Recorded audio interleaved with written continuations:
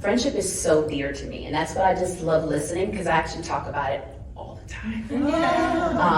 And I tell people this, and I really mean it. The one thing at this point that I feel I am the most wealthy in is friendship. I am so wealthy when it comes to friendship. It's funny because my friends and my family have a joke. They're like, when you go on to be with Jesus, we don't have to get a stadium, because how we gonna house everybody who want to come celebrate your life, right? And that's of course a blessing to be able to hear. And I want to also say something to what you were saying, Gabby, like going through the grieving process of a friendship. That's a real thing, just like a relationship.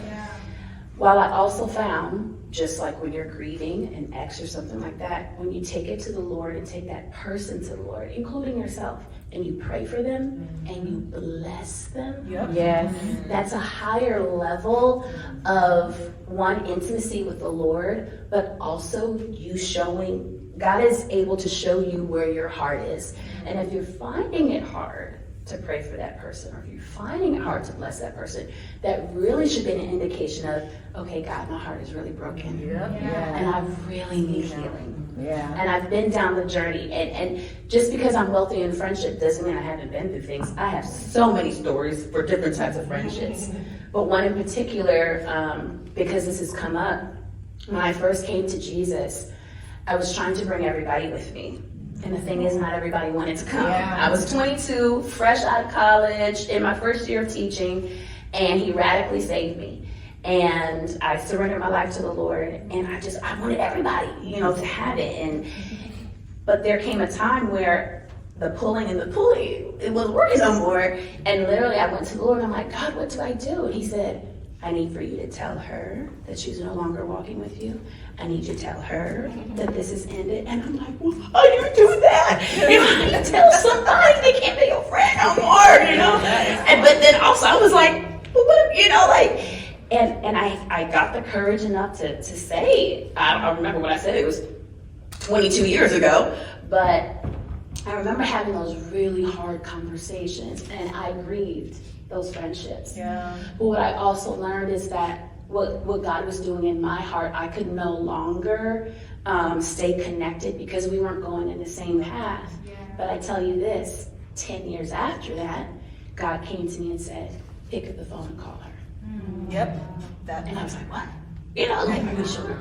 And since then, two friends in particular who, at that time I had to say, hey, we're now walking. But they're at a place, and I'm at a place of maturity where I could better handle and steward the friendship.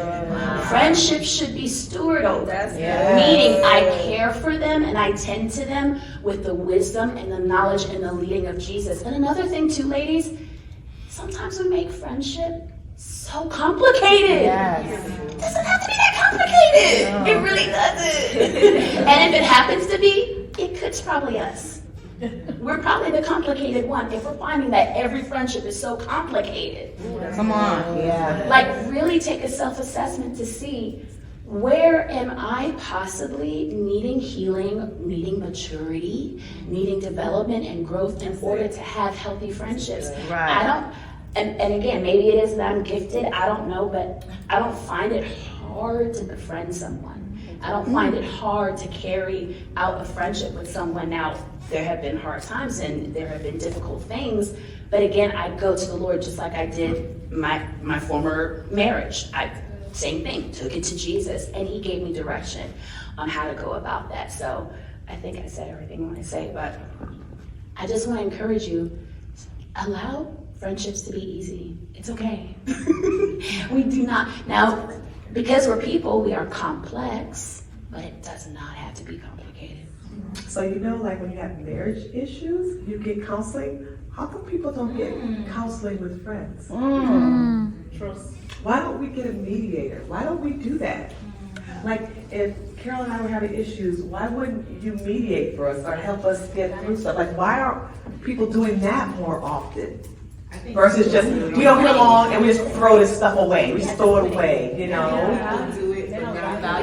value it. It's all about value. It is. Well, why aren't we valuing relationships? Why are we so quick? We don't get along, we don't let us, and then throw people away. We got to be careful because that's narcissism. Where if everybody don't think the way I want them to think or do things the way I want them to do, then we dispose of them. So you got that.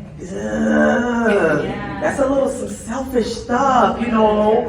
It's very selfish. A lot of times we have to be honest. We kind of selfish in the way we have these relationships and friendships. It's all about me and how you can accommodate me and satisfy me. And if that doesn't happen, I don't want the friendship anymore.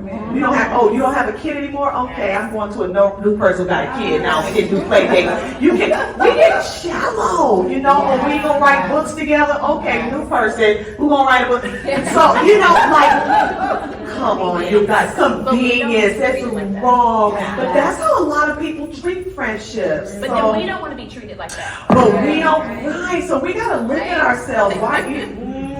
And it's hard to look in the mirror and be like, dang, I'm an opportunist, I'm a narcissist, I'm selfish, but sometimes it be us. Yeah. We gotta analyze this stuff.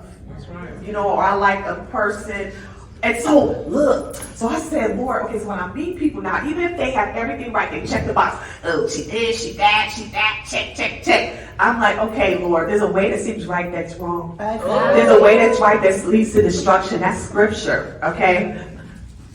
They check all the boxes. Is this for me? Is she for me? Because I'll tell you, somebody can check all the boxes now, and in a year, things evolve, like you said, and then you're no longer friends. Or they only like you because you're right here. But when you come here, now they're jealous and they don't like you anymore. You checked the box at one point, but now you don't check the box. So is this a person, Lord, that I can go the long haul with them? Are they going to like me whether I check the boxes or not? Can we agree to disagree on stuff? We're not going to agree with everything. You know, so it's work.